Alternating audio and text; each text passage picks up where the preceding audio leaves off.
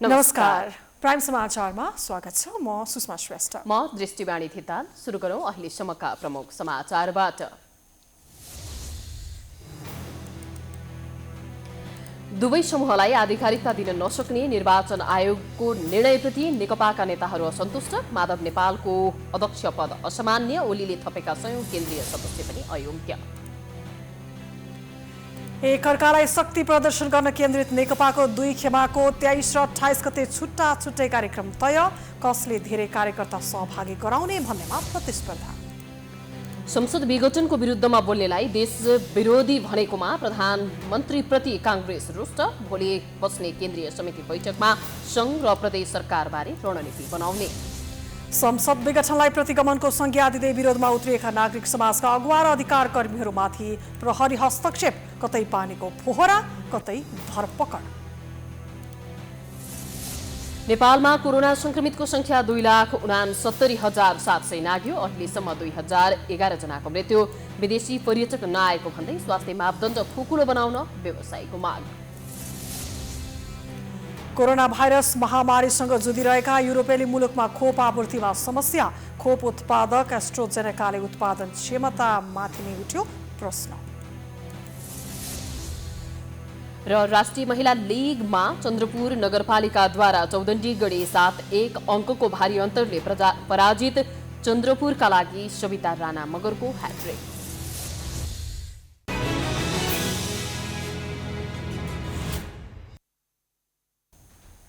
अब समाचार विस्तारमा। नेपाल कम्युनिस्ट पार्टी नेकपाका दुवै समूहलाई दलको आधिकारिकता दिन नसक्ने निर्वाचन आयोगको निर्णयलाई दुवै समूहले आफू अनुकूल निर्णय भएको दावी गरेका छन्।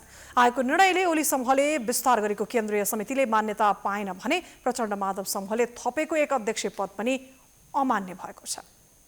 निर्वाचन आयोगले नेकपाका दुवै समूहले विधान र पदाधिकारी फेरबदल आपसमा नमिलेकाले आयोगले पहिलाकै पार्टी नेपाल कम्युनिस्ट पार्टी नेकपाका दुवै समूहको माग दावीलाई अस्वीकार गरेको छ। बैठकले दुवैको माग दावी नपुगेको निष्कर्ष सहित नेकपा विभाजनले मान्यता नपाउने निर्णय गरेको हो। नेकपाको प्रचण्ड माधव नेपाल र केपी शर्मा ओलीले गरेका निर्णयलाई मान्यता नदिने निर्णय आयोगको छ। दुवै समूहले विवरण संशोधन गर्न गरेको दावी विधान सम्मत देखिएको आयोगको ठहर छ। प्रचण्ड नेपाल समूहले केपी शर्मा ओलीलाई पार्टी अध्यक्षबाट हटाएर माधव कुमार नेपाललाई अध्यक्ष बनाएको थियो। ओली समूहले प्रवक्ता नारायण काजी श्रेष्ठको जिम्मेवारी खोसेर प्रदीप गेवालीलाई प्रवक्ता तोकेको थियो। केन्द्रदेखि प्रदेश पदाधिकारीमा दुवै पक्षले एक अर्कालाई कारबाही गरिरहेका छन्। आयोगको निर्णयपछि दुवै समूहले आफ्नो जित दावी गरेका छन्। प्रचण्ड नेपाल समूहका अध्यक्ष माधव कुमार नेपाल आयोगको निर्णयप्रति उत्साहित देखिए। उनले 70% बहुमत केन्द्रीय सदस्य आफ्नो पक्षमा भएकाले आयोगले आफूलाई अध्यक्ष नमानेको भए पनि जित आफ्नै भएको दावी गरे। उनले आफू अध्यक्ष मान्य नभए पनि प्रचण्ड अध्यक्ष भएकाले कुनै समस्या नरहेको समेत बताएका छन्।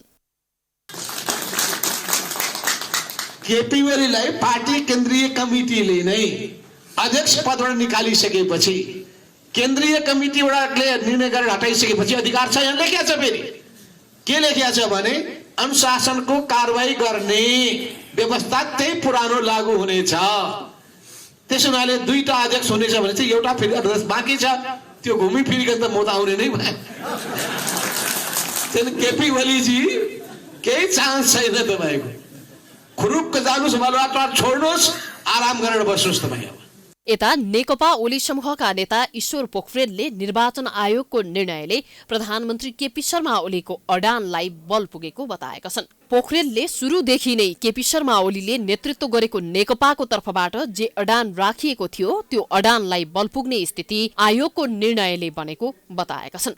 उनले निर्वाचन आयोगले नेकपा दाहाल नेपाल समूहलाई मान्यता नदिएको जिकिर गरे।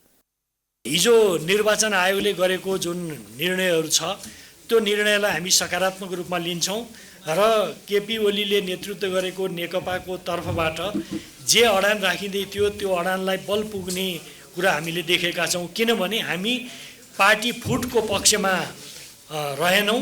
अहिले पनि कसैलाई पनि पार्टीबाट निष्कासन गरिएको कुरो छैन, गरेको छैन।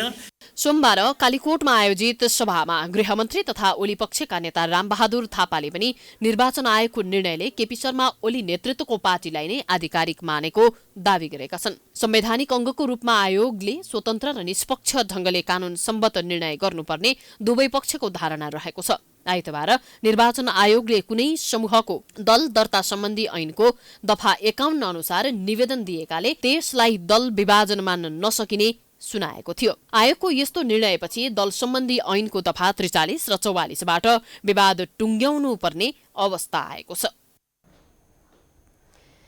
पुल उद्घाटन गर्न दाङ पुगेका प्रधानमन्त्री केपी शर्मा ओलीले विकास निर्माणका कामदेखि चुनावसम्मको प्रतिबद्धता व्यक्त गरेका छन्। नेकपाकै अर्को समूहका नेताहरूलाई पनि ओलीले विभिन्न आरोप लगाउन र कटाक्ष गर्न बाँकी राखेनन्। प्रधानमन्त्री केपी शर्मा ओलीले संसदलाई रंगी बिरंगी झाँकी देखाउने थलो बनाउन नहुने बताएका छन्। नेकपा ओली समूहले दाङमा गरेको आमसभामा बोल्दै प्रधानमन्त्री ओलीले ठिक ढंगका प्रतिनिधि छानेनौ भने संसद झाँकी जस्तो हुने भन्दै संसदलाई जनताको साँचो प्रतिनिधिको थलो बनाउनु पर्ने बताए। चुनाव हुन्छ भन्नेमा आशंका नगर्न र प्रचारमा लाग्न ओलीले कार्यकर्तालाई आग्रह गरे। उनले प्रहरी प्रशासन र प्रशासनलाई पनि स्वतन्त्र, निष्पक्ष र धाँधली रहित चुनावको तयारी गर्न निर्देशन दिए। कुनै दुविधामा नपरेर, भ्रममा नपरेर तयारीमा लाग्नुहोस्। युवा साथीहरूलाई म भन्न चाहन्छु, चुनावलाई स्वतन्त्र, निष्पक्ष, धाँधली रहित बनाउनका लागि स्वयंसेवक दस्ताहरू तयार गर्नुहोस् र चुनाव स्वतन्त्र, निष्पक्ष, धाँधली होस्, कसैले बितल्न नसकोस्, कसैले चुनावमा खलबल ल्याउन नसकोस्, कसैले कुनै प्रकारका प्रचारका प्रयासहरू, प्रचारका अभियानहरू कसैले बितल्न नसकोस्, त्यसका लागि खबरदारी गर्नुहोस्, सजगता अपनाउनुहोस्। दाङको राप्ती गाउँपालिकाको लालमटियामा आफू निकट नेकपा जिल्ला संगठनले आयोजना गरेको बृहत जनसभामा बोल्दै प्रधानमन्त्री ओलीले अर्को समूहका अध्यक्षद्वय पुष्पकमल दाहाल र माधव कुमार नेपाललाई बिराएको मान्छेको संज्ञा दिए। ओलीले दाहाल र नेपाललाई सिङ फुक्लेको तिल्के गोरुको संज्ञा दिएका छन्। तिल्के गोरुको उदाहरण सुनाउँदै अशान्ति मचाउने यो समूहसँग क्षमता नभएको बताए। मैले कतिपय ठाउँमा भन्ने गरेको छु, एउटा तिल्के गोरु थियो, त्यो गोरुले अर्को गोरु देख्नै नहुने, झम्टी हाल्ने, सिगौरी खेल्ने, भुइँ खोस्रिने, होक्का गर्ने, अनि त्यसको फाँफो देखेर अरू डराउँथे। एक दिन अलिक नटेर्ने खालको बर गोरु परेछ, घडाप्प जुधेको बुढो तिल्के गोरुको सिङ भाँचिदियो। तिल्केलाई रिस त बेसरी उठ्यो होला सिङ भाँचिएकोमा, तर जुझ्न सकेन। यी तिल्केहरू पनि त्यस्तै हुन्। यसअघि ओलीले दाङको राप्ती नदीमा रहेको पुलको उद्घाटन गरेका थिए। उद्घाटन कार्यक्रममा बोल्दै ओलीले देशलाई अगाडि बढ्नबाट कसैले रोक्न नसक्ने बताएका थिए। उनले संविधान र प्रणालीको रक्षा गर्ने समेत प्रतिबद्धता व्यक्त गरेका छन्। सुशासन र विकासमा आफू सक्रिय भएको भन्दै प्रधानमन्त्री ओलीले अहिले देशमा विकासको लहर चलिरहेको दावी गरे। कोभिड-19ले पनि विकास निर्माणमा रोक्न नसक्ने भन्दै उनले केही प्रतिकूलताहरू भने सामना गर्नु परेको बताए। देश विकासको एउटा लहर नै चलिरहेको छ। कोभिड-19ले पनि हामीलाई विकास निर्माणका काममा लगातार अगाडि बढ्नबाट रोक्न सकेन। केही प्रतिकूलताहरू थप्यो, तर पनि हामीले ती प्रतिकूलताहरूलाई चिरेर फेरि अनुकूलतामा बदल्दै अगाडि बढ्यौं, जसको दृष्टान्त यस पुलको यसै अवधिमा निर्माण हुनु नै हो। राप्ती गाउँपालिका र गडवा गाउँपालिका जोड्ने राप्ती नदीको 2073 मङ्सिर 22 गते प्रधानमन्त्री ओलीको बेला पुष्पकमल दाहालले शिलान्यास गरेका थिए। सोही पुल निर्माण सकेर आज ओलीले उद्घाटन गरेका हुन्। राप्ती गाउँपालिकाको छोटकी सिसहनिया र गडवा गाउँपालिकाको महदेवा जोड्ने नेपालकै दोस्रो लामो पक्की पुलको लम्बाइ 860 मिटर छ। दाङबाट सुमन केसीको रिपोर्ट। नेपाल कम्युनिस्ट पार्टी नेकपाभित्र अहिले शक्ति प्रदर्शनको होडबाजी चलेको छ। प्रचण्ड माधव समूहले 9 गते काठमाडौँमा गरेको शक्ति प्रदर्शनको बदलामा 23 गते ओली समूहले गर्दैछ। 28 गतेका लागि फेरि प्रचण्ड समूहले अर्को शक्ति प्रदर्शनको घोषणा पनि गरिसकेको छ। दुई समूहबीच सडकमा कसले बढी जनमानस आफ्नो पक्षमा उतार्न सक्छ भन्ने प्रतिस्पर्धा नै चलेको देखिन्छ। 5 गते प्रधानमन्त्री ओलीले संसद विघटन गरेसँगै सुरु भएको नेकपा भित्रको द्वन्द्व र कलह देशभरि फैलिसकेको छ। देशैभर दुवै पक्षका समानान्तर आम सभा र भेलाहरू दैनिक जसो जारी छन्। यतिसम्म कि एक समूहले कुनै कुराको टिप्पणी गरेको केही घण्टामै अर्को समूहले खण्डन गरी झन खरो रूपमा विरोध गरिरहेका छन्। माघ 9 गते प्रचण्ड नेपाल समूहले काठमाडौँमा 2 लाख जनता उतार्ने चेतावनी सहित आमसभा गर्दै गर्दा सोही साँझ एक पार्टी प्यालेसमा गरिएको कार्यक्रममा प्रधानमन्त्री ओलीले केही मानिस भेला गरिएको आमसभा हुँदैन, आमसभा के हो भन्ने त हामी देखाउँछौं भन्दै चेतावनी दिन भ्याएका थिए। 23 गते हेर्नु होला काठमाडौँमा, म उहाँहरूलाई भन्दैन चाहन्छु आमसभा कस्तो हुन्छ, आमसभा केलाई भन्छ भन्ने, जनपरिचालन केलाई भन्छ भन्ने कुरा 23 गते हेर्नु होला काठमाडौँ। हामी 23 गते अलिकति झलक दिन्छौँ जनपरिचालनको, कास्टिङ गर्छौँ।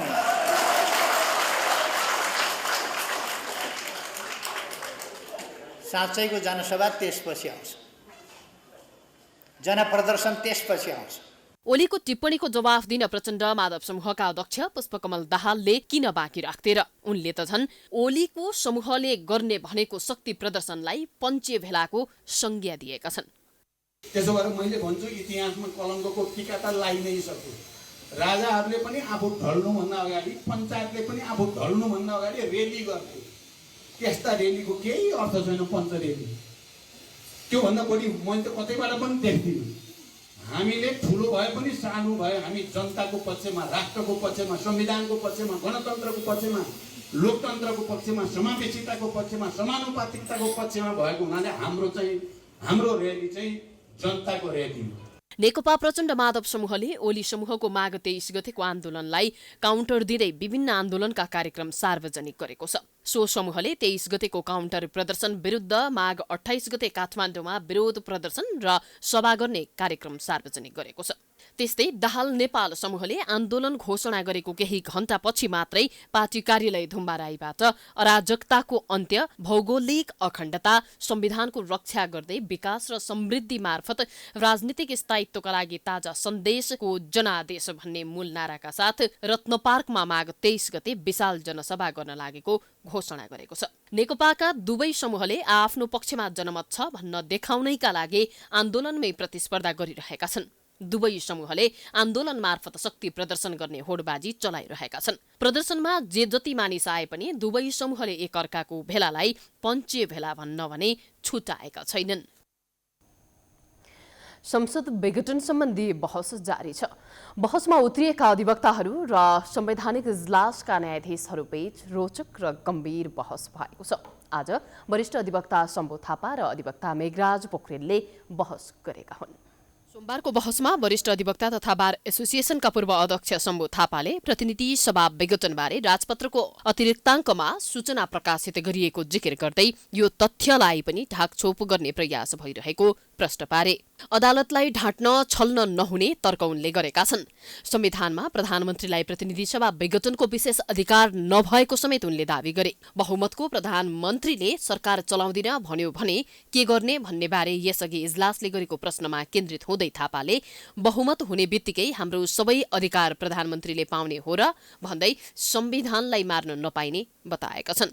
थापाले संविधानबारे संविधान सभा अध्यक्ष सुभाष चन्द्र नेमुवाङ र अहिलेका महान्यायाधिवक्ता अग्नि खरेलप्रति पनि कटाक्ष गरेका छन्।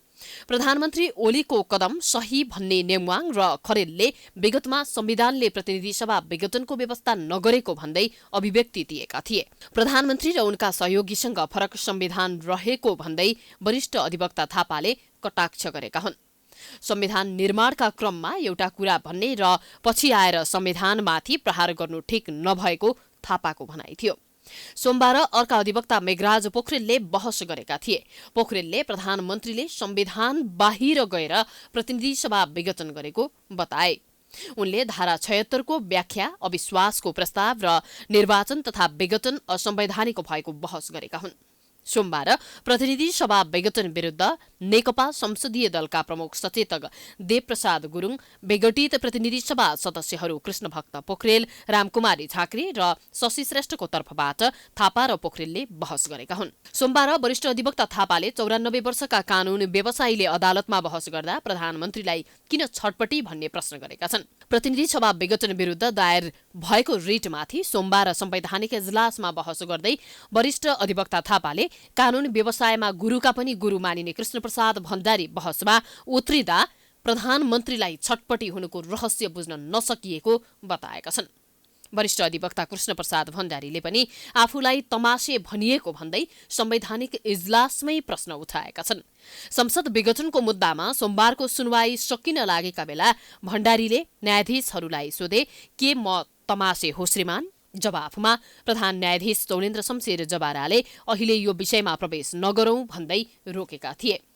थापाको बहस सकिनासाथ उक्त रिटमाथिको सुनवाईलाई हेर्दैमा राखेर सोमबारको सुनवाई अन्त्य गरिएको छ। मंगलबार पुनः सुनवाई हुनेछ।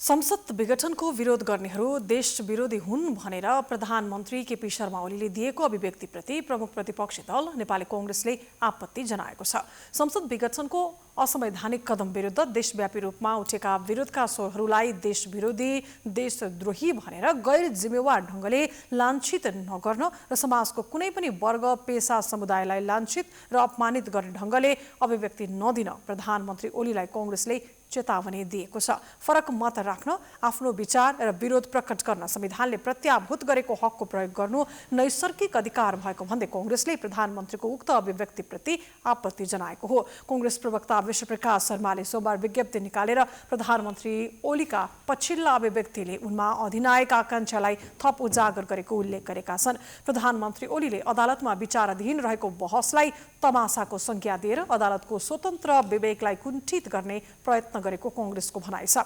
आलोचक पत्रकारलाई नर्क जान्छन् भन्नु प्रेस स्वतन्त्रता विरोधी अभिव्यक्ति भएको कांग्रेसको ठहर छ। त्यसैगरी पूर्व प्रधान न्यायाधीशहरूलाई अजासु भनेर टिप्पणी गर्नु स्वतन्त्रता विरुद्धको बर्बराहट भनेको छ। यस्तै कांग्रेसले प्रधानमन्त्रीका पछिल्ला अभिव्यक्तिले प्रधानमन्त्री पदकै गरिमालाई धुमेल पारेको कांग्रेसको भनाइ छ। प्रधानमन्त्री ओलीको प्रवृत्तिलाई कांग्रेसले लज्जास्पद भनेको छ।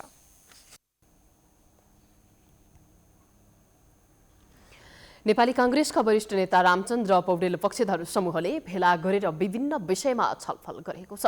महाराजगञ्ज स्थित महामन्त्री डाक्टर शशाङ्क कोइरालाको निवासमा भएको छलफलमा संसद विघटन, संसद पुनर्स्थापना, मध्यावधि निर्वाचन, पार्टीको आसन्न महाधिवेशन लगायतका विषयमा केन्द्रित भएको थियो। त्यसैगरी प्रदेशसभामा कांग्रेसको भूमिका विषयमा पनि छलफल भएको नेता डाक्टर चन्द्र भण्डारीले बताएका छन्।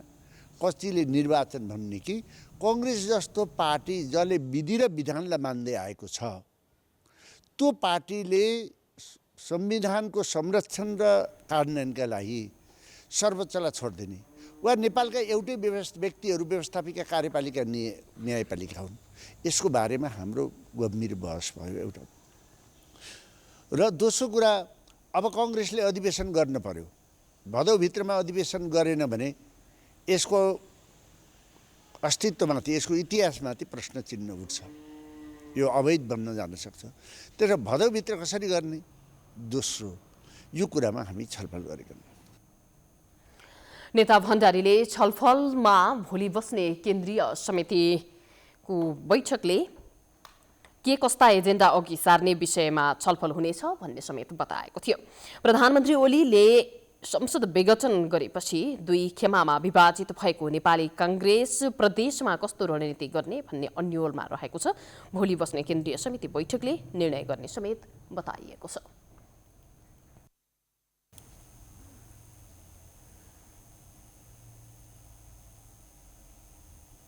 समाचारको सिलसिला जारी छ, हामी विश्रामपछि आउँछौँ।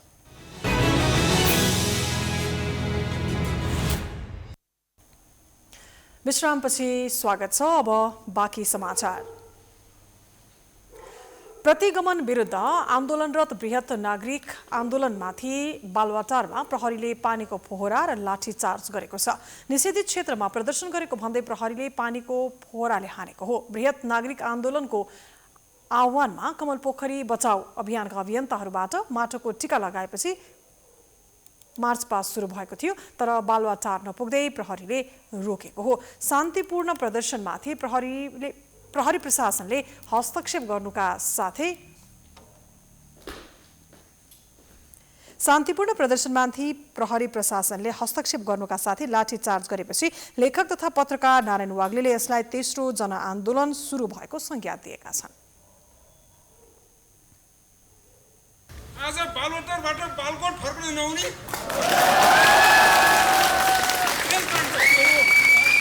उनको अहङ्कारको श्रीपेश फुकालेरै छोड्नको लागि यो नागरिक आन्दोलन अब जुर्मिरहेको छ। हामी अगाडि बढेको छौँ।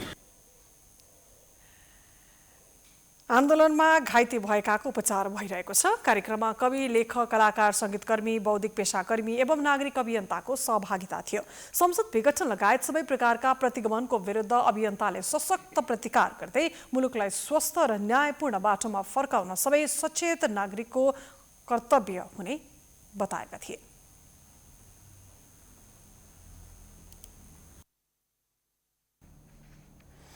संसद विघटन विरुद्ध बालुवाटारमा प्रदर्शन गर्न खोज्ने मानवाधिकार कर्मीहरूलाई प्रहरीले पक्राउ गरेको छ।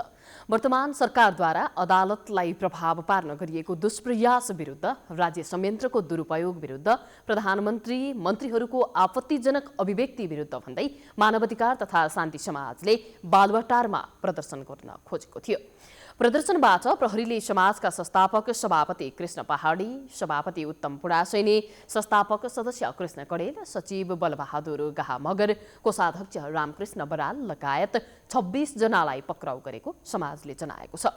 विरोध प्रदर्शनका क्रममा सहभागीहरूले प्रम ओली आपत्तिजनक अभिव्यक्ति दिन बन्द गर, ओली सरकार कृत्यतन्त्र बन्द गर, अदालतलाई प्रभाव पार्न गरिएको दुष्प्रयास बन्द गर, राज्य संयन्त्रको दुरुपयोग बन्द गर लेखिएका प्लेकार्डहरू प्रदर्शन गरेका थिए।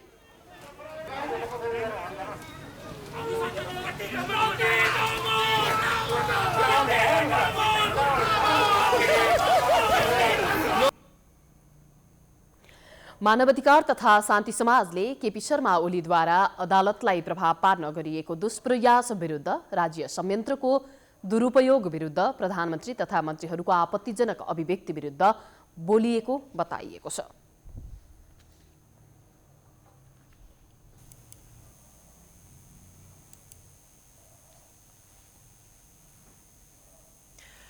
पछिल्लो 24 घण्टामा 133 जना महिला र 206 जना पुरुषसहित देशभर 339 जनामा कोरोना भाइरस संक्रमण पुष्टि भएको छ। हालसम्म संक्रमण पुष्टि भएका मध्ये 98.1% निको भएका छन् भने संक्रमितको 0.75% संक्रमितको मृत्यु भएको छ। हाल देशभर 3240 जना सक्रिय संक्रमित रहेका छन्। पछिल्लो 24 घण्टामा देशभर 339 जनालाई कोरोना भाइरस संक्रमण पुष्टि भएको छ। संक्रमित मध्ये काठमाडौँ उपत्यकामा 95 जना पुरुष र 59 जना महिला गरी 154 जना नयाँ संक्रमित भेटिएका छन्। हालसम्म तथ्याङ्क अनुसार काठमाडौँमा 1,09,000 संक्रमित भेटिसकेका छन्। आज थपिएकासँगै नेपालमा कोरोना संक्रमितको संख्या 2,69,789 पुगेको छ। त्यसैगरी पछिल्लो 24 घण्टामा 10 जना कोरोना संक्रमितको ज्यान गएको छ। यो सँगै नेपालमा मृत्यु हुनेको संख्या 2011 पुगेको छ। पछिल्लो 24 घण्टामा देशभर 401 जना कोरोना संक्रमित निको भएका छन्। स्वास्थ्य तथा जनसङ्ख्या मन्त्रालयले गरेको अद्यावधिक विवरण अनुसार हालसम्म नेपालमा 2,64,538 जना कोरोना संक्रमित निको भइसकेका छन्। यो संख्या संक्रमित मध्ये 98% हो। हाल देशभर 3,240 जना सक्रिय संक्रमित रहेका छन्। त्यसमध्ये उपत्यकाको काठमाडौँमा सबैभन्दा बढी 1,805 जना सक्रिय संक्रमित रहेका छन्। त्यसैगरी ललितपुरमा 141 तथा भक्तपुरमा 32 जना सक्रिय संक्रमित रहेको मन्त्रालयले जनाएको छ। सक्रिय संक्रमित मध्ये 736 जना संस्थागत आइसोलेसनमा रहेका छन् भने बाँकी होम आइसोलेसनमा रहेका छन्। त्यसभर हाल 137 जना आइसियु र 19 जना भेन्टिलेटरमा रहेको मन्त्रालयले जनाएको छ। प्रदेश 1 मा 2 जना संक्रमित मात्रै आइसियुमा छन्। कुनै पनि संक्रमित भेन्टिलेटरमा छैनन्। प्रदेश 2 मा कुनै पनि संक्रमित आइसियु र भेन्टिलेटरमा नरहेको मन्त्रालयले जनाएको छ। बागमती प्रदेशमा 42 जना आइसियु र 11 जना भेन्टिलेटरमा, गण्डकीमा 67 जना आइसियु र 6 जना भेन्टिलेटरमा, लुम्बिनी प्रदेशमा 24 जना आइसियु र 2 जना भेन्टिलेटरमा रहेका छन्। कर्णाली प्रदेशमा 1 जना आइसियुमा छन् भने कुनै पनि संक्रमित भेन्टिलेटरमा छैनन्। सुदूरपश्चिम प्रदेशमा 1 जना संक्रमित आइसियुमा मात्र रहेका छन्। देशभरका क्वारेन्टिनमा 132 जना रहेका छन्। गत 24 घण्टामा 4858 जनाको पीसीआर परीक्षण भएसँगै नेपालमा पीसीआर परीक्षण हुनेको संख्या 20,48,113 पुगेको छ। पर्यटक नेपाल आए लगतै एक साता होटल क्वारेन्टिनमा बस्नुपर्ने सरकारी मापदण्डले पर्यटन क्षेत्र चलायमान हुन सकेको छैन। क्वारेन्टिनमा बस्नुपर्ने बाध्यताले पनि सयौं पर्यटकले अग्रिम बुकिङ समेत धमाधम रद्द गरिरहेका छन्। सरकारले कोभिडकै कारण स्वास्थ्य मापदण्डको पालना गर्ने नियम लगाए तापनि मापदण्डमा पनि मनपरी भएपछि पर्यटन व्यवसायी निरुत्साहित बनेका छन्। महामारीले प्रभावित बनेका विभिन्न क्षेत्रहरू खुला भइसकेको अवस्थामा पर्यटन क्षेत्र भने अझै तङ्ग्रिन सकेको छैन। पर्यटनसँग सम्बन्धित व्यापारीहरू अझैसम्म पनि निकै फुर्सदिला देखिएका छन्। पर्यटकको भिडभाड हुने पर्यटकीय स्थल ठमेलमा समेत अहिले विदेशी पर्यटक देख्नै मुस्किल छ। विश्वका सबै देशहरूले पर्यटनको आगमनका कारण स्वास्थ्यका सम्पूर्ण मापदण्ड खुला गरिसक्दा समेत नेपाल सरकारले भने नेपाल आउन चाहने पर्यटकको आगमनमा कडाई गर्दा व्यापारी समस्यामा परेका छन्। पर्यटक त्यति छैन। हाम्रो त्यही यहाँको लोकल कस्टमरहरू छ, त्यही व्यापार भइरहेछ। लोकल त्यही फरेनरहरू आएकै छैन। आइरहेछ जुन आफ्नो कामको लागि हो, तर ट्रेकिङको लागि यसोको लागि त्यस्तो छैन कस्टमर। हामी चाहिँ भर्खर खोलेको 2 वर्ष भएको छ। अहिले 2 वर्ष भयो, त्यो नयाँ हामी पनि बसेका थियौँ। त्यस्तो केही छैन। अब जुन छ पहिलाको कमाएको यसमै गछ। अब जे होस्, अब 5-6 महिना अझै कुर्नुपर्छ हामीलाई। केही कस्टमर आउँछ कि व्यापार त्यस्तैमा आउँछ कि, तर तैँले केही पनि छैन। सरकारले कार्तिक 1 गतेदेखि पदयात्रा र पर्वतीय पर्यटनका लागि नेपाल आउन खुला गरे पनि अझै विदेशी पर्यटकहरू नेपाल आउने क्रममा कुनै वृद्धि हुन सकेको छैन। कोरोना भाइरस संक्रमण महामारीका कारण पर्यटन क्षेत्र थलिएको 7 महिनापछि पदयात्रा र पर्वतारोहण खुला गरिएको थियो। विदेशी पर्यटक नेपाल आउँदा पालना गर्नुपर्ने सरकारी मापदण्ड नै व्यावहारिक नभएकोले पर्यटन बोलाउन समस्या भएको व्यवसायीहरूको गुनासो छ। प्राय नेपाल आउने एसियाली पर्यटकको नेपाल बसाई औसतमा 7 दिनको हुने गर्दछ। मापदण्ड अनुसार 7 दिनै होटल क्वारेन्टिनमा बस्नुपर्ने व्यवस्था स्वत अव्यावहारिक भएकोले तत्काल परिमार्जन गर्नुपर्ने व्यवसायीको माग छ। नेपाल सरकारको आफ्नो रेस्ट्रिक्सन पनि स्टिल छँदैछ। त्यसले गर्दा पर्यटकहरू आगमन अझ घट्नु स्वाभाविक हो। त्यसकारणले गर्दा हामी के चाहन्छौँ भने नेपाल सरकारले जुन गरेको प्रोटोकलहरू चाहिँ घटाइदिनु पर्यो। जस्तो 7 डेजको क्वारेन्टिन छ, त्यसलाई 0मा हुनु पर्यो। $5,000 को चाहिँ जुन कोभिड इन्सुरेन्स लिएर आउनुपर्ने छ, त्यसलाई चाहिँ वेभ आउट गर्नु पर्यो भन्ने हाम्रो माग छ। यदि त्यो हुन सक्यो भने विदेशी पर्यटकहरू आगमन बढ्नेछ। पर्यटन बोर्डका अनुसार पछिल्लो 1 महिनामा मात्रै 13 करोड बराबरको बुकिङ क्यान्सल भएका छन्। क्यानाडाबाट 700 जना, भारतबाट 200 जना, युएईबाट 3000 जना र 3000 जना चाइनिज लगायत अन्य देशबाट नेपाल आउन चाहने पर्यटकले बुकिङ क्यान्सल गरेका छन्। जसका कारण यति बेला पर्यटन क्षेत्रमा निकै धक्का पुगेको नेपाल पर्यटन बोर्डका प्रमुख कार्यकारी अधिकृत डाक्टर धनञ्जय रेग्मीको भनाइ छ। आज जब विभिन्न कन्ट्रीले अप्सन दिँदैछ नि, अप्सन दिएको बेलामा उनीहरू अन्यतिर डाइभर्ट हुन सक्छन्। र यदि हामीले पर्यटनमा अब त हिजो जस्तो होइन नि। हिजो भैँचालो जाँदाखेरि नेपालमा मात्रै एउटा सर्टेन भागमा असर परेको थियो, संसारभरिले एउटा सिम्प्याथीले हेर्थ्यो। आज त होल संसार नै सिम्प्याथीले हेर्नुपर्ने अवस्था छ। कसले हेरिदिने? एयरलाइनले ल्याएर त पर्यटकीय गतिविधि हुने होइन होला। त्यही भएर जो आउन चाहिरहेछ उसलाई त ग्रास्प गरिहाल्नु पर्यो। अनि उनीहरूले गरेर इट्स गुड, इट्स सेफ भन्ने मेसेज दिएपछि पो अन्य आउने हो त। त्यही भएर हामीले प्रोटोकल तुरन्त चेन्ज गर्नुपर्छ। यदि नगर्ने हो, सरकारले यसरी रिजिड हुने भने सबै कुरा बन्द गरौँ नि त भन्ने। यहाँ एकातिर आन्दोलनहरू केही सबै भइराख्ने, अर्कातिर चाहिँ पर्यटकीय गतिविधि हुन नदिने भनेको यो सरासर जनताको हितमा छैन। पर्यटक नेपाल आएपछि 3 दिनभित्रै फेरि PCR परीक्षण गरेर पर्यटकीय गतिविधिमा पठाउनु पर्ने व्यवसायीहरूको माग रहेको छ। पर्यटकका लागि नेपाल खुला गरिएको सन्देश दिँदै आगमन बढाउने गरी सहजीकरण गर्नुपर्ने उनीहरूको माग छ। पदयात्रा र पर्वतारोहण खुल्ने बित्तिकै यो कोरोना कालमा पर्यटक हरवारी आइहाल्ने अवस्था नभएकोले आउने जतिलाई सहजीकरण गर्दै लानुपर्ने देखिएको छ, जसले गर्दा सकारात्मक सन्देश प्रवाह हुन्छ र पर्यटन आगमन पनि बढ्दै जाने विश्वास रहेको छ। कमल पोखरी निर्माणको नाममा पोखरीको साइज घटाउँदै गएको, जथाभावी कङ्क्रिट प्रयोग गरिएको भन्दै विवाद उत्पन्न भएको छ। विवाद यतिमै सीमित छैन, निर्माणका क्रममा आर्थिक हिसाब पारदर्शी नभएको आरोप पनि लगाइएको छ। गत असारमै सम्पन्न हुनुपर्ने निर्माण अहिलेसम्म नसकिँदा स्थानीय पनि रुष्ट बनेका छन्। काठमाडौँ महानगरपालिकाको योजना अनुसार पोखरीको निर्माणको कार्य 2077 असार 15 गते सम्पन्न गरिसक्नुपर्ने देखिन्छ, तर हालसम्म बल्ल 80% काम मात्र सम्पन्न भएको छ। काममा भएको ढिलासुस्तीले स्थानीय आक्रोशित बन्दै गएका छन्। अर्कोतर्फ निर्माणको ढाँचालाई लिएर विवाद उत्पन्न भएको छ। निर्माण गर्ने क्रममा कङ्क्रिट प्रयोग गरेको र पुरानो शैली परिवर्तन गरेको भन्दै विरोध भइरहेको छ। लामो समयसम्म पूर्व तयारी, छलफल र योजना निर्माणका विभिन्न चरण पार गरेर सुरु भएको कामले गति लिनै लाग्दा पक्ष र विपक्षमा विभाजित समूहका कारण कमल पोखरीलाई नयाँ स्वरूपमा लैजाने काममा गतिरोध आएको छ। दुवै समूहको नियत खराब नभए पनि पर्याप्त छलफल र सरकारवालाहरूलाई चित्त बुझाउन नसक्दा अहिलेको अवस्था आएको हो। तर काठमाडौँ महानगरपालिकाले भने कमल पोखरी पुनर्निर्माणका लागि सुरुवातदेखि नै प्राविधिक, पुरातत्व विभाग लगायत सरकारवाला निकायसँग छलफल गरेर काम अघि बढाएको दावी गरेको छ। काठमाडौँ महानगरपालिकाका प्रवक्ता ईश्वरमान डङ्गोलले पोखरीको निर्माण गर्दा प्राकृतिक सम्पदा नमासिने विश्वास दिलाएका छन्। त्यो निर्माण सुरु गर्नु अगाडि त्यो ड्रइङ, डिजाइन, इस्टिमेट सबै चाहिँ व्यापक छलफल गरेर त्यो चाहिँ त्यहाँका स्थानीयले नै एप्रुभ गरेको त्यो मास्टर प्लान हो हैन। विज्ञहरूले नै एप्रुभ गरेको मास्टर प्लान भएको कारणले अब हामीले व्यवस्थित रूपमा पोखरी र पार्क निर्माण गर्ने भनेर लागेको हो हैन। त्यसकारण त्यो पोखरी नै बन्छ। अब जहाँसम्म लाग्छ विवाद चाहिँ हुनुपर्ने कारण चाहिँ छैन। पोखरीको संरक्षण गर्ने क्रममा काठमाडौँ महानगरपालिकाले पुरानो स्वरूप भत्काएको छ। 9,46,79,000 रुपैयाँको लागतमा महानगरले पोखरी निर्माण गर्न लागेको हो। कमल पोखरी संरक्षण समाजका महासचिव राजेन्द्र सिंहले पनि निर्माणका क्रममा कमल पोखरीको महत्त्व मेट्न नखोजेको दावी गरेका छन्। बरु निर्माणका लागि छुट्याइएको बजेटको हिसाब किताब पारदर्शी नभएको सिंहको आरोप छ। हैन, यो पोखरी तपाईको पटक निर्माण भइसक्यो। कमल पोखरी स्पोर्ट्स क्लबको फर्स्ट फेस्टिभलमा पनि महानगरपालिकाले बजेट हालिदिया हो 50 लाखको। त्यति बेलामा पनि तपाईको यो चारैतिर यो मर्निङ वाकको ट्र्याक बनाएको हो। त्यति बेला चाहिँ सिमेन्टीको ब्लक हाल्या हो र फलामको रेलिङ हाल्या हो। त्यसपछि उपत्यका शहरी विकासले फेरि तपाईको 78 लाखको फेरि बजेट हाल्यो। त्यसमा फेरि त्यो ब्लक झिकेर फेरि पातलो हाफ इन्चीको ढुङ्गा हाल्यो।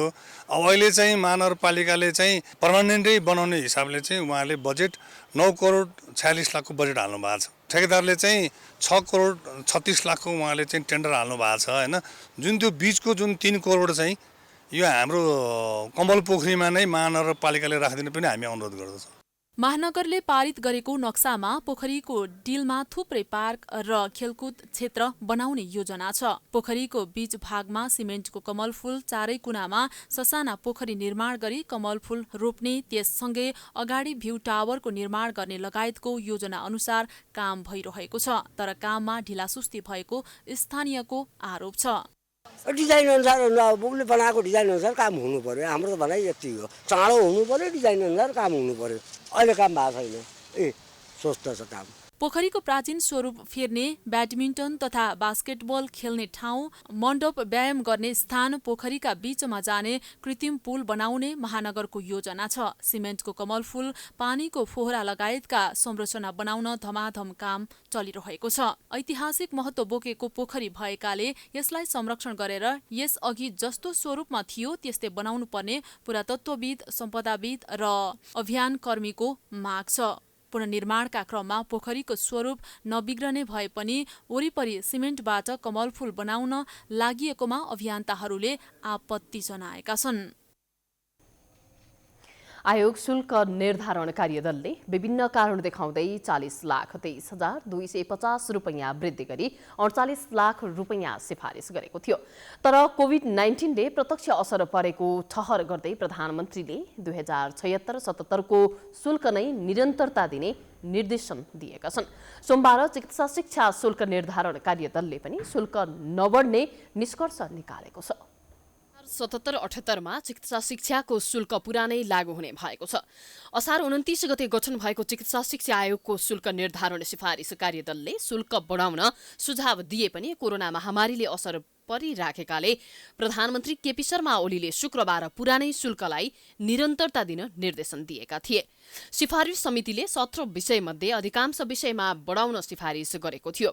BDS, MD, MS, MDS, science, MD Ayurveda लगायत 17 विषयमा शुल्क बढाउन सिफारिस गरिएको थियो। चिकित्सा शिक्षा आयोग शुल्क सिफारिस कार्यदलका सदस्य तथा प्रवक्ता डिलिराम लुइटेलका अनुसार शुल्क र सिटसँग जोडेर शुल्क बढाउन सिफारिस गरिएको थियो। तर सोमबार 7 सदस्यीय कार्यदलको छलफलले पनि पुरानै शुल्क 40,23,250 रुपैयाँलाई निरन्तरता दिने निष्कर्ष निकालेको छ।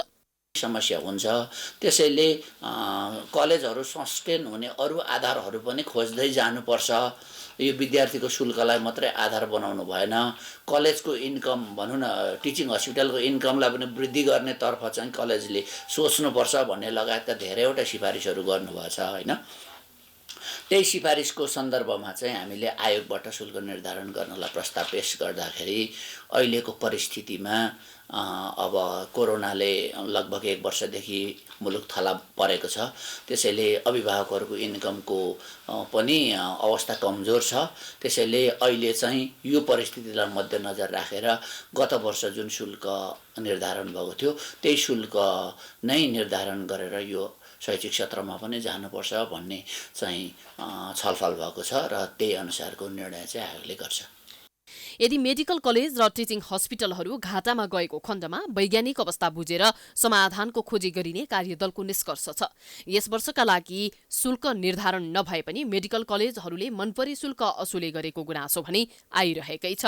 पर्यो यो वर्ष चाहिँ टिचिङ हस्पिटलहरू घाटामा जाने अवस्था भयो होइन, शिक्षण संस्थाहरू घाटामा जाने अवस्था भयो भने फेरि पनि आगामी वर्षहरूमा वैज्ञानिक शुल्क निर्धारण गरेर त्यसको चाहिँ के भएको त यथार्थ अवस्था भनेर फेरि पनि यसलाई रिभाइज गर्न नसकिने भन्ने कुरा रहँदैन। शुल्क लियो भन्ने विद्यार्थीहरूको गुनासो आइरहेछ होइन, र हामीले प्रत्येक कलेजहरूलाई तपाईँले बढी शुल्क लिएको भन्ने गुनासो आएको हुनाले तोकिएको भन्दा बढी शुल्क नलिनु होला भनेर निर्देशन दिएका छौँ। र अहिलेसम्म राष्ट्रिय चिकित्सा शिक्षा ऐन 2075 तथा राष्ट्रिय चिकित्सा शिक्षा नियमावली 2077 पहिलो संशोधन, एकीकृत प्रवेश परीक्षा सञ्चालन कार्यविधि, नेशनल बोर्ड अफ मेडिकल सोसियालिटिज कार्यक्रम सञ्चालन कार्यविधि, चिकित्सा शिक्षा सम्बन्धी प्रमाणपत्र तहभन्दा मुनिका कार्यक्रम सञ्चालन गर्न अनुमति प्राप्त गरेका संस्थाहरूको स्तरोन्नतिका सम्बन्धी मापदण्डहरू भने अनुमोदन भएको छ। समाचारको सिलसिला जारी छ, हामी विश्रामपछि आउँछौँ।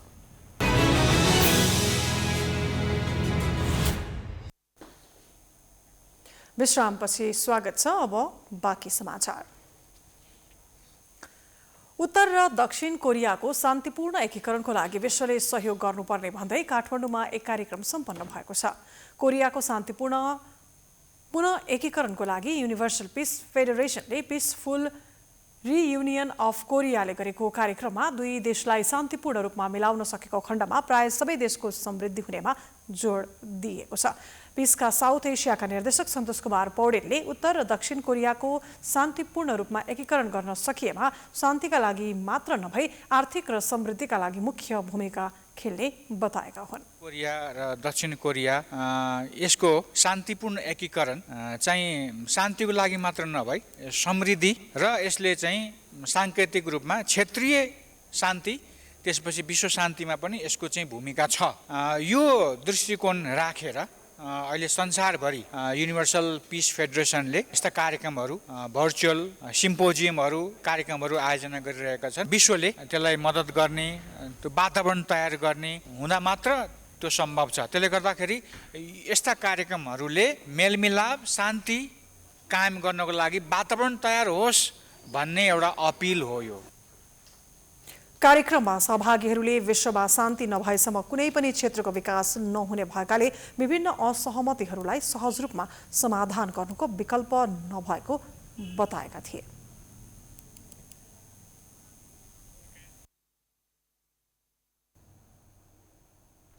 अब आर्थिक समाचार।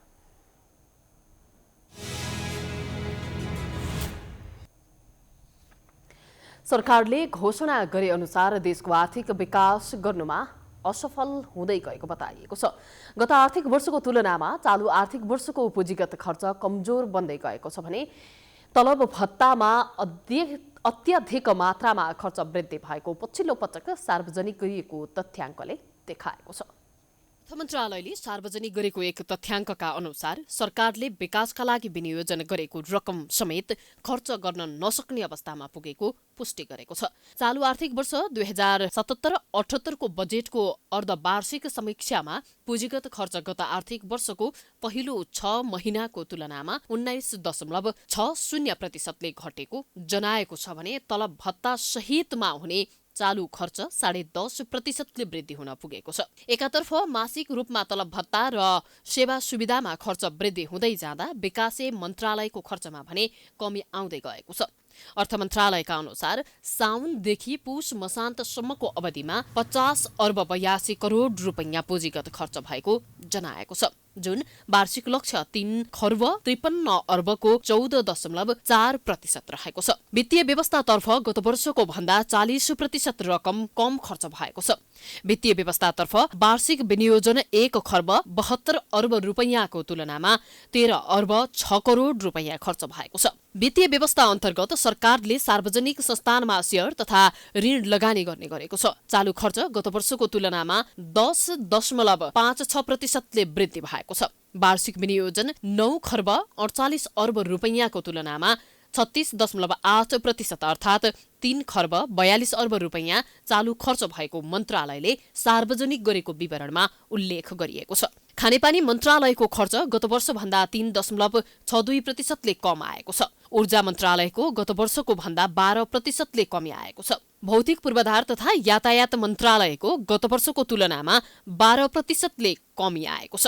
शहरी विकास मन्त्रालयको 16%, संस्कृति मन्त्रालयको 15% कमी आएको छ। चालु वर्षको 6 महिनामा भएको जम्मा खर्चमध्ये पुँजीगत खर्च 12% भएको देखिन्छ। आधा समयमा 4 खर्ब 15 अर्ब मध्ये जम्मा 50 करोड रुपैयाँ विकास भएको खर्च देखिएको छ। तर यही अवधिमा 82% प्रशासनिक तथा चालु भएको देखिन्छ।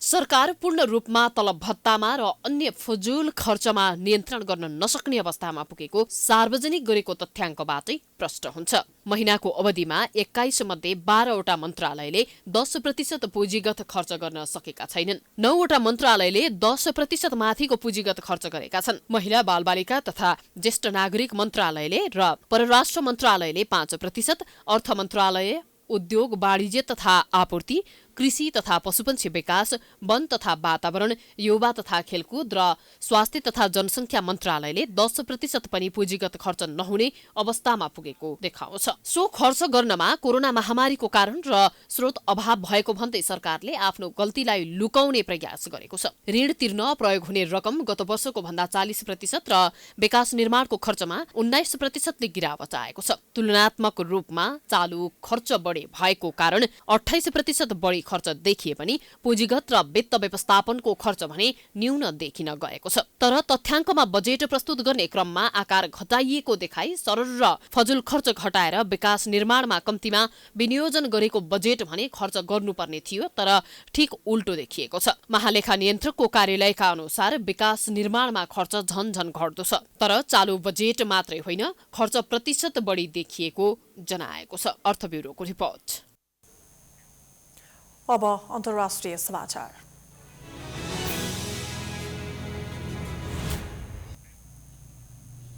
कोरोना भाइरस महामारीसँग जुधिरहेका युरोपेली मुलुकमा उक्त भाइरस विरुद्धको खोप आपूर्तिमा समस्या देखिएको छ। खोप उत्पादक एस्ट्राजेनेकाले कोरोना विरुद्धको खोप उत्पादनमा समस्या देखिएकाले युरोपेली संघलाई यसअघि वाचा गरे जति मात्रा दिन नसक्ने जनाएको छ। फाइजर बायोएनटेकले आफूहरूले उत्पादन गरेका खोपको आपूर्ति घटाइरहेका बेला एस्ट्राजेनेकाको यो भनाइले युरोपेली ब्लकमा निशाना छाएको छ। औषधि उत्पादक कम्पनी एस्ट्राजेनेकाले अक्सफोर्ड विश्वविद्यालयसँग मिलेर कोरोना विरुद्धको खोप विकास गरेको हो। कम्पनीले आगामी मार्चसम्म ईयूका 27 राष्ट्रलाई 8 करोड डोज उपलब्ध गराउनु पर्ने थियो, तर उक्त मात्रामा खोप पुगेको छैन। अक्सफोर्ड एस्ट्राजेनेकाको खोपलाई ईयू औषधि नियामक निकायले प्रयोगका लागि अझै स्वीकृति दिइसकेको छैन।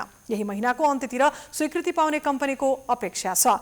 अस्ट्रियाले एस्ट्राजेनेकाका खोप मार्च अन्तिमसम्म 20 लाख डोज उपलब्ध गराउने बाचा विपरीत जम्मा 6 लाख मात्र आइपुग्ने र बाँकी 14 लाख अप्रिलमा आपूर्ति गर्न लागि जनाएको छ। यतिखेर बेलायत सहित युरोपेली मुलुक कोरोना भाइरसको नयाँ प्रजातिले गर्दा प्रभावित छ। विश्व स्वास्थ्य संगठनका अनुसार कोरोना भाइरसको नयाँ स्वरूप विश्वका 60 भन्दा बढी देशमा पुष्टि भइसकेको छ।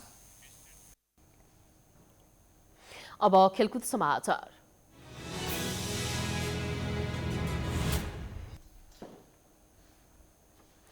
राष्ट्रिय महिला लीगमा चन्द्रपुर नगरपालिकाले चौदण्डी गढीलाई 7-1 को भारी अन्तरले हराएको छ।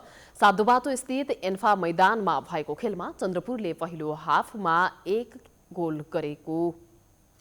गोलको बराबरी खेलेपछि दोस्रो हाफमा आक्रमक फुटबल खेल्यो, जसका कारण उसले दोस्रो हाफमा गोलको वर्षा गर्न सफल भयो, जसमा चन्द्रपुरका लागि सविता राणा मगरले ह्याट्रिक गरिन्।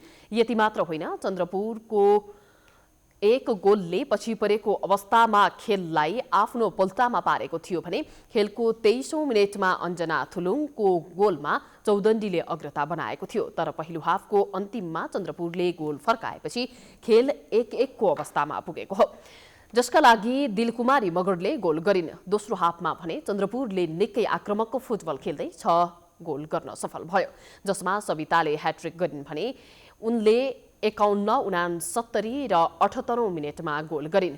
यस्तै दिलकुमारी राणा मगरले 2 गोल गर्न सफल भइन्। उनले पहिलो हाफको इन्जुरी समयमा र दोस्रो हाफको इन्जुरी समयमा गोल गरिन्। यसरी नै रञ्जनी ठोकरले 1 गोल गरिन् भने उनले 47औं मिनेटमा गोल गरेकी थिइन्। चन्द्रपुरको जारी लीगमा पहिलो जित हो।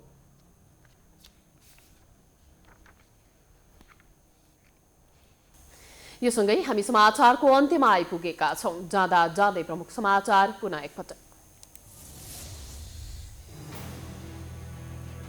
दुवै समूहलाई आधिकारिकता दिन नसक्ने निर्वाचन आयोगको निर्णयप्रति नेकपाका नेताहरू असन्तुष्ट। माधव नेपालको अध्यक्षपद अमान्य। एकअर्कालाई शक्ति प्रदर्शन गर्न केन्द्रित नेकपाको 2 खेमाको 23 र 28 गते छुट्टै कार्यक्रम तय। कसले धेरै कार्यकर्ता सहभागी गराउने भन्नेमा प्रतिस्पर्धा। संसद विघटनको विरुद्धमा बोल्नेलाई देश विरोधी भनेकोमा प्रधानमन्त्री प्रति कांग्रेस रुष्ट। भोलि बस्ने केन्द्रीय समिति बैठकमा संघ र प्रदेश सरकारबारे रणनीति बनाउने। संसद विघटनलाई प्रतिगमनको संज्ञा दिँदै विरोधमा उत्रिएका नागरिक समाजका अगुवा र अधिकार कर्मीहरूमाथि प्रहरी हस्तक्षेप। कतै पानीको फोहरा, कतै धरपकड। नेपालमा कोरोना संक्रमितको संख्या 2,69,700 नाग्यो। अहिलेसम्म 2011 जनाको मृत्यु। विदेशी पर्यटक नआएको भन्दै स्वास्थ्य मापदण्ड खुकुलो बनाउन व्यवसायीको माग। कोरोना भाइरस महामारीसँग जुधिरहेका युरोपेली मुलुकमा खोप आपूर्तिमा समस्या। खोप उत्पादक एस्ट्राजेनेकाले उत्पादन क्षमतामाथि नै उठ्यो प्रश्न। र राष्ट्रिय महिला लीगमा चन्द्रपुर नगरपालिकाद्वारा चौदण्डी गढी 7-1 को भारी अन्तरले पराजित। चन्द्रपुरका लागि सविता राणा मगरको ह्याट्रिक। प्राइम समाचार अहिलेलाई सकियो। यसपछिको प्रस्तुति जनता जान्न चाहन्छन् ऋषि धमलाको साथमा। प्राइम टाइम्स टेलिभिजन हेर्दै रहनुहोला। नमस्कार।